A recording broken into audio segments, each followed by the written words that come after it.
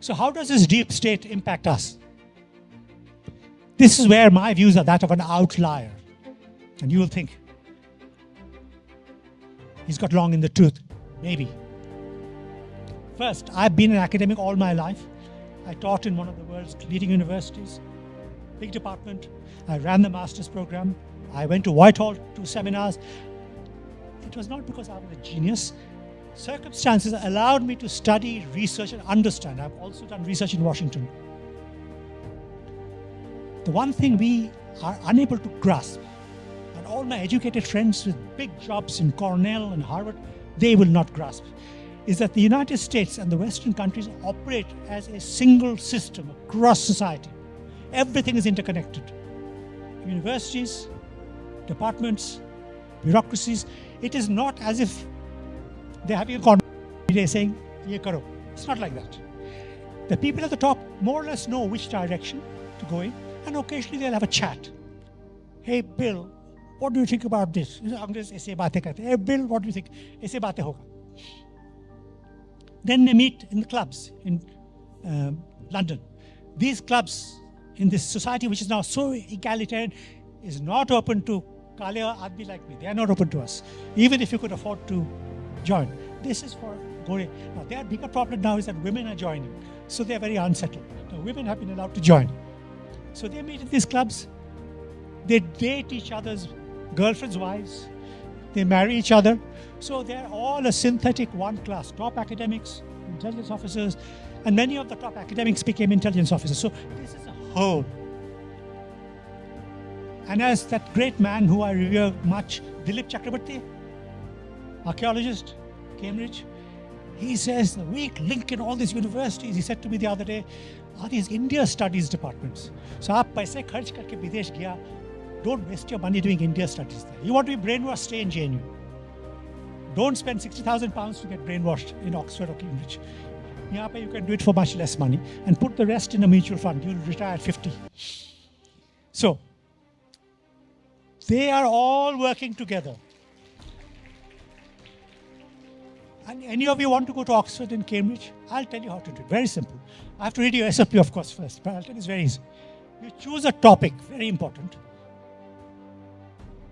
Gender, oppression in India. Human rights, Armed Forces Special Powers Act, Northeast. Then they'll say, ye aadmi bahut serious researcher hai, you have a good chance. You do research in all these areas. There's one woman whose father died fighting the Pakistan. She says, Pakistan didn't kill my father. War killed my father. And she is a dear friend of Malala Yousafzai, the Nobel laureate. They are very close to each other. So all this is a racket. All of social science abroad is a racket. Some are bigger rackets than others, but it's a racket. And India studies is one big racket. All the people I know in Oxford, they're all authority on caste. They will never let caste down. They want to make sure that the first book that your reading list is on caste. So that you always remember caste is a big deal. Let's forget about the history of caste. At this moment, they want to make sure this caste consciousness amongst the educated remains upfront. All of their work on caste. Then there's a woman in LSE with whom I had a bitter debate. Oxford, professor of anthropology, on the CAA. Chab gali diya. They were not willing to engage with the simple fact that we are talking about a very small number of people who came before 2009 and had stayed in India for 5 years. And who were bewafas, could not access any services. Children couldn't go to school, hospitals. I think it was 32,000. The number was 32,000, that's it. And anybody who came after that would have to go through the standard procedure. And then, of course, we pointed out, Pakistanis can apply for political asylum, and we have granted political asylum to small numbers. They said, what about their Ahmadiyyas? What about their Shias? Excuse me, they were in the forefront of partition. Forefront, right? And secondly, as, what's his name, the great lawyer in London, who does all the government cases. As he said, these religious issues are their internal problem, not our problem, right? So why should we worry about Ahmadiyyas? Because whenever there is a trouble with India, they are all united. India ke khilaf sab ek saath hai. But we are supposed to look after them and bring them to our country. Of course, this is official AAP policy. Never mind about that. So first of all, we have no control over our narrative. Academic books, courses are all emanating from faculties from Pennsylvania to Harvard to Oxford. And it's a wonderful system. There's a book which, if you haven't read, don't read. Just read my review of it. My review is 13,500 words. It's by Joya Chatterjee, late of Cambridge. She's written a book on India. A disgracefully scurrilous, hostile book, cursing the Indian army, our culture, everything. It's well written. And she lives in Delhi, by the way. Maybe I should give you her phone number so you can talk to her. She lives in Delhi with her boyfriend, Anil Seal, who was her supervisor. And it's a great big book. And the only interesting thing about the book is that she's obsessed with Bollywood films. You see? And that part actually was quite interesting. But I wrote a 13,500 word review in first post. It died like a stone. See, you people don't read. Attempting to destroy the book line by line. Now look what's happened. The prestigious History Prize, the Wolfson Prize, has listed her book as one of the people who might win. The other one is by Nandini Das from Oxford, who's written a book about the first British diplomat at the court of Jahangir.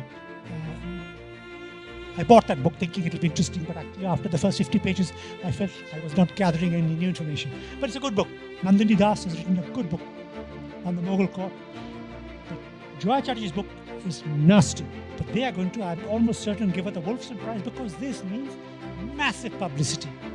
Giving India value. And today I read the Indian Labour Friends of India from the UK, long article about how we should sign a free trade treaty with them. So, the whole narrative that they have seized is deeply, deeply inimical. Our consciousness is not our own. Our consciousness, our understanding, our factual information, none of this is our own. I would say 95% comes from abroad, and I'm afraid on the whole, we have shown ourselves to be clueless on how to tackle it. Not that it cannot be done.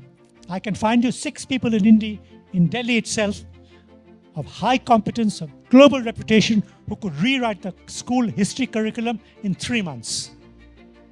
All of these people, you know, Meenakshi, Vikram, Sanjeev, sabke naam pata hai aapko. Hasn't happened. If you had educated these children when they were 17, 18, you would have a new generation of voters 10 times. 10 groups out of school who would have been more thoughtful about the country that they live in. I'm not saying brainwash, but had a more thoughtful perspective. So let me conclude by saying this. The bottom line is, what do you want? What do you want? I would say any sensible person living in any country would want 2 things. Your territorial integrity and civil peace. By civil peace, I don't mean absence of any conflict like Manipur. By civil peace, I mean you don't have the English Civil War and the American Civil War where your society is destroyed. And if you read about the American Civil War or the British Civil War, you will know this is one thing we do not want in our country. But our great opposition leader goes to the United States, says, we want your help to restore democracy. And one very distinguished defense writer in Delhi has said, the United States went to Iraq to overthrow Saddam to bring democracy. See Raja Mohan. I say this without comment. Now, so territorial integrity is important for a very simple reason. Once you concede the principle that is not important, then the only question that remains is, how much territory do you give up? The fact that we lost Aksai Chin is neither here nor there because we have never accepted that. And we always harbor the expectation one day we will reclaim, because that was part of the Kingdom of Kashmir, right? So if you concede the principle of territorial integrity not being important, you have a lot of problems. So it's the first thing, that we will not concede. Secondly, civil peace. And these people who want the Americans here, please look at what's happened to Iraq. Look at what's happened to Syria. Look at what's happened to Libya. Even look at what happened to Tunisia and Egypt. Our country is wonderful, peaceful, for all its many problems that you and I know. And that is to the credit of the ordinary people of this country. I was thinking, how come we survive? And ultimately, it occurs to me, because we are not instinctively angry and enraged, wanting to commit murder. Our view is, theek hai, chalta hai. So in a way, collectively, we are able to navigate without letting it rip. So this is the great strength of our civilization and our culture. And I hope you will be skeptical about anything thrown at you about our country. And I hope you will be the ones to build a new India that is coming together. And you have 15 years. After, you will face demographic checkmate. 15 saal ke baad, there will be demographic checkmate. You have 15 years. Thank you.